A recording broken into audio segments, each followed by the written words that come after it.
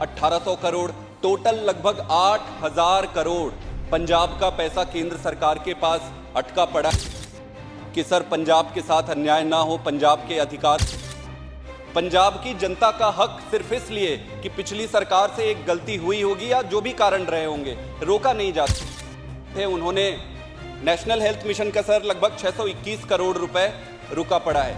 इसमें यह कहा जाता है कि आम आदमी क्लिनिक जो है उसका केंद्र सरकार सपोर्ट नहीं करती है, एनएचएम के जो पैसे हैं। Shri Sandeep Kumar Pathak ji, demand to release dues under national health mission and rural development fund to the state of Punjab. धन्यवाद उपसभापति महोदय। आज मैं पंजाब के संदर्भ में एक बहुत महत्वपूर्ण मुद्दा आपके समक्ष और आपके माध्यम से इस पूरे देश और सदन के सामने रखना चाहता हूं। सर, पंजाब का बहुत सारा पैसा केंद्र सरकार के पास अटका हुआ है। केंद्र सरकार ने वो पैसा रोक के रखा हुआ है।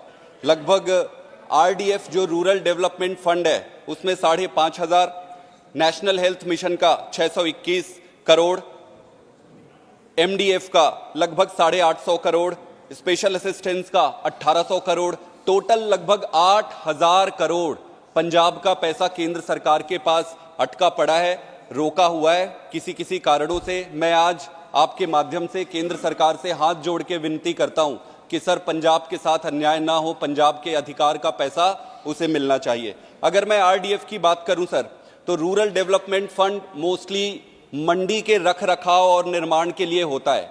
इसके साथ साथ लगभग 67 किलोमीटर मंडी के आसपास का जो रोड होता है, सड़कें होती है, उसकी रख रखाव के लिए होती है। पिछली सरकारों ने किसी भी कारण से वो पैसा किसी दूसरी चीजों में खर्च कर लिया, तो केंद्र सरकार ने वो पैसा रोक दिया कि भाई आप उसको सही उपयोग नहीं कर रहे हो। बिल्कुल सही है, लेकिन अब सरकार बदल गई है।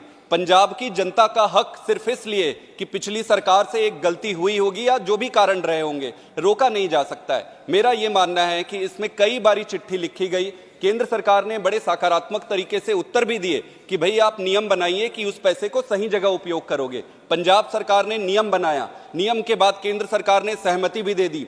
हमने, पंजाब सरकार ने तो धन्यवाद तक दे डाला केंद्र सरकार को कि सर आपका बहुत बहुत आभारी है। पैसा फिर भी रुका हुआ है, सुप्रीम कोर्ट में मुद्दा चला गया है सर, अब सुप्रीम कोर्ट पे लटका हुआ है। दूसरा है सर नेशनल हेल्थ मिशन का। सर यहां माननीय मंत्री जी भी बैठे, उन्होंने नेशनल हेल्थ मिशन का सर लगभग 621 करोड़ रुपए रुका पड़ा है। इसमें यह कहा जाता है कि आम आदमी क्लिनिक जो है उसका केंद्र सरकार सपोर्ट नहीं करती है, एनएचएम के जो पैसे हैं वो उस पे जा रहा है, इसलिए रोका गया है। पर सर नेशनल हेल्थ मिशन के पैसा तो दवाइयों में भी जाती है, मशीनों में भी जाती है, जिला अस्पतालों में भी जाती है, तहसील के अस्पतालों में भी जाती है, और भी कई अस्पताल है उसमें जाती है। अगर केंद्र सरकार चाहे तो वो स्पेसिफाई कर दे कि भाई हम आम आदमी क्लिनिक पे पैसा नहीं खर्च करोगे तो आम आदमी क्लिनिक के लिए ना दे सर, बाकी के लिए तो दे। और ये मैं स्पष्ट करना चाहता हूं, आम आदमी क्लिनिक के लिए पैसा केंद्र पंजाब सरकार अपने जेब से लगा रही है, उनका फंड है। तो मेरा यह मानना है कि इस पर ध्यान देना चाहिए। सर बड़ी मुश्किल से जीएसटी का पैसा मिला,